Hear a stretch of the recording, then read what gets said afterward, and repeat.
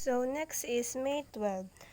The account customer paid in full. So kung titignan natin yung last month, meron tayo doon natitiraang 3,500 na account receivable. So, yun yung kinuha ko na magiging amount nito.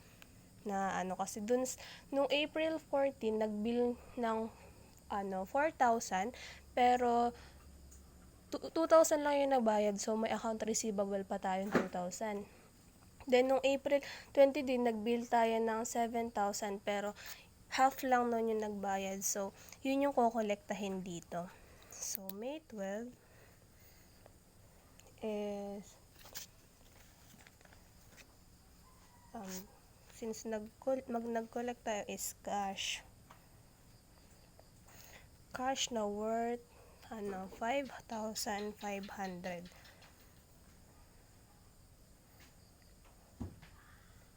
Then, account receivable na i-credit natin yung account receivable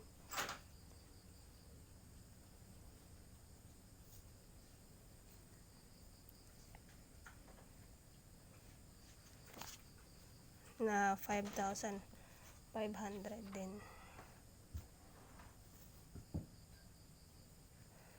So, ang explanation is collected cash.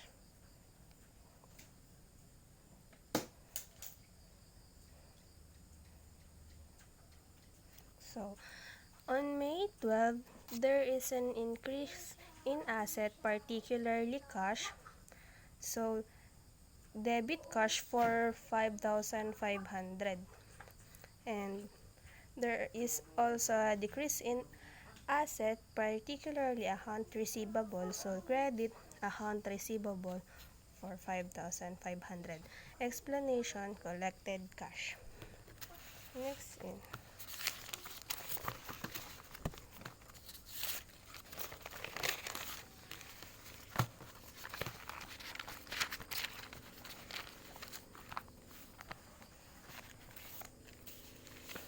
May 18, paid for the semi-monthly salaries.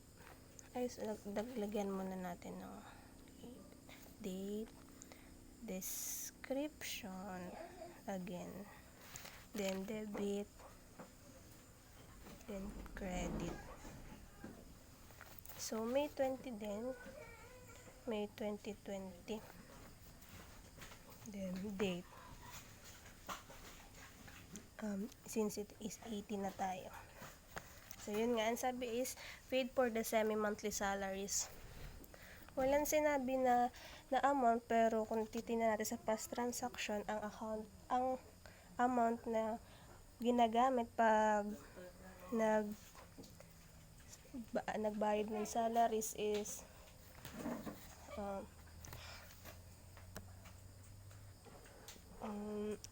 so, ang salaries na binabayaran is 4,500.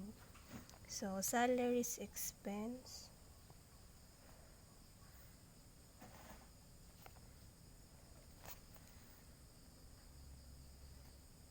na 4,500.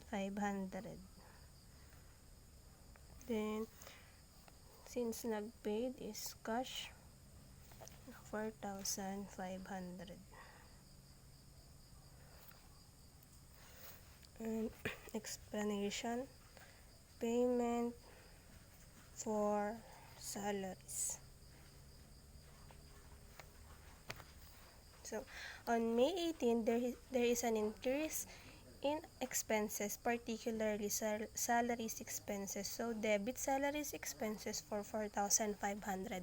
And there is also a decrease in asset, particularly cash. So, credit cash for 4,500. This is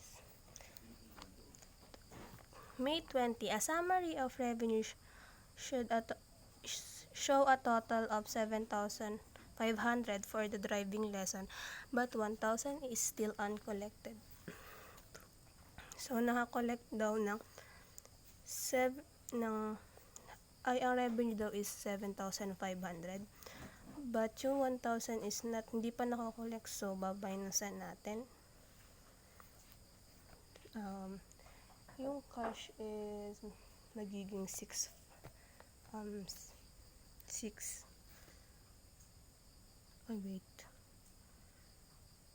ayun, 7,500 is babawasan nga na 6,000, so nagiging 6,500 lang yung cash na makokolekta.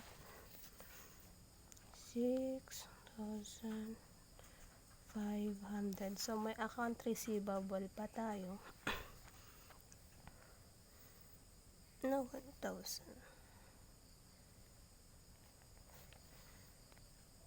And ito ay may revenue, so ito ay driving fees revenue.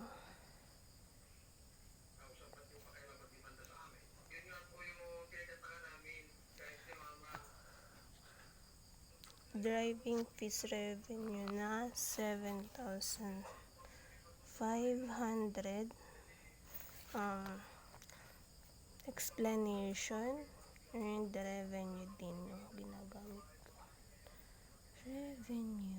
So, on May 20, there is an increase in asset, particularly cash. So, debit cash for 6,500, and there is also an increase in asset, particularly account receivable. So, debit account receivable for 1,000. And there is also increase in income, particularly driving fees revenue. So, credit driving fees revenue for 7,500. Explanation, earned revenue. Next, paid Cifra Motor in full of an account. So, nung balihan natin yung naging transaction do. So, nung 3 is nag-bill si Cifra Motor ng 3,500. So, ngayon, babayaran na siya. So, accounts payable na 3,000. I-debit natin accounts payable ng 3,500. And credit naman natin yung cash since nagbayad tayo.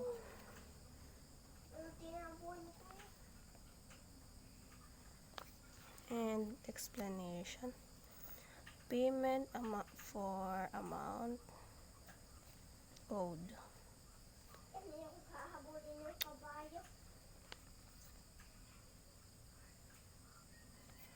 So, on May 21, there is a decrease in liabilities, particularly accounts payable. So, debit accounts payable for 3,500. And there is a decrease also in asset, particularly cash. So, credit cash for 3,500. Explanation, payment for amount owed. Next,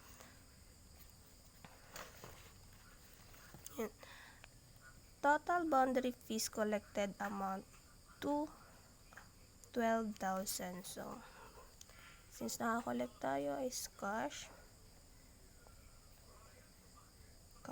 na 12,000. Since 12,000 siya. Then, boundary fees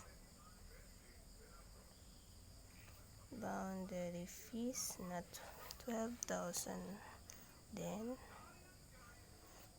So, explanation, earned revenue. So, yan. On May 27, there is an increase in asset, particularly cash. So, debit cash for 12,000, and there is also an increase in income, particularly boundary fees. So, credit boundary fees for 12,000. Explanation, earned revenue. Next,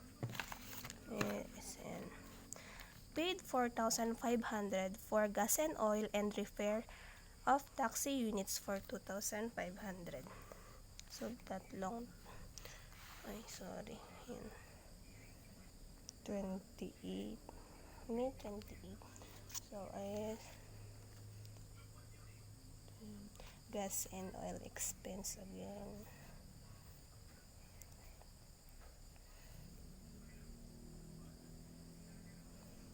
Gas and oil expense. Then repair, debiting.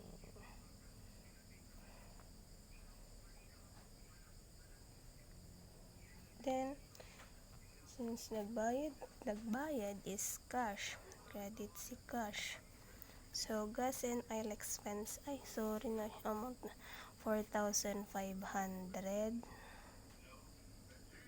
Then, repair expense for 2,500.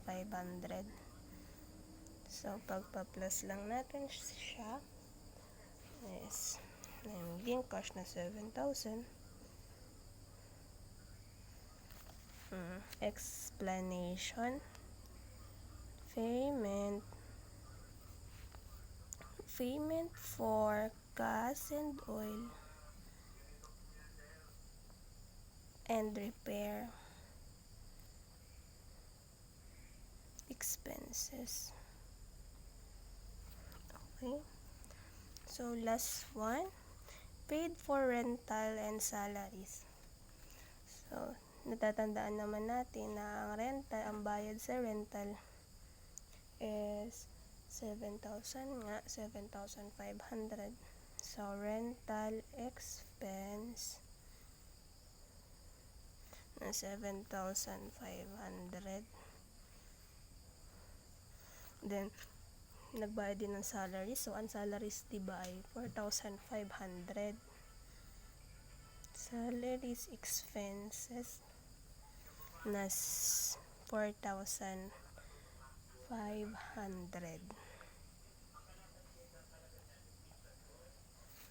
Yan. Tapos, since nag-paid is cash na 12,500. Yan. So, explanation, payment for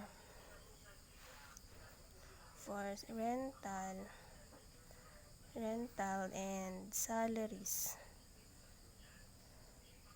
So, yan. Tapos na natin ang Budget Driving Institute for the second month.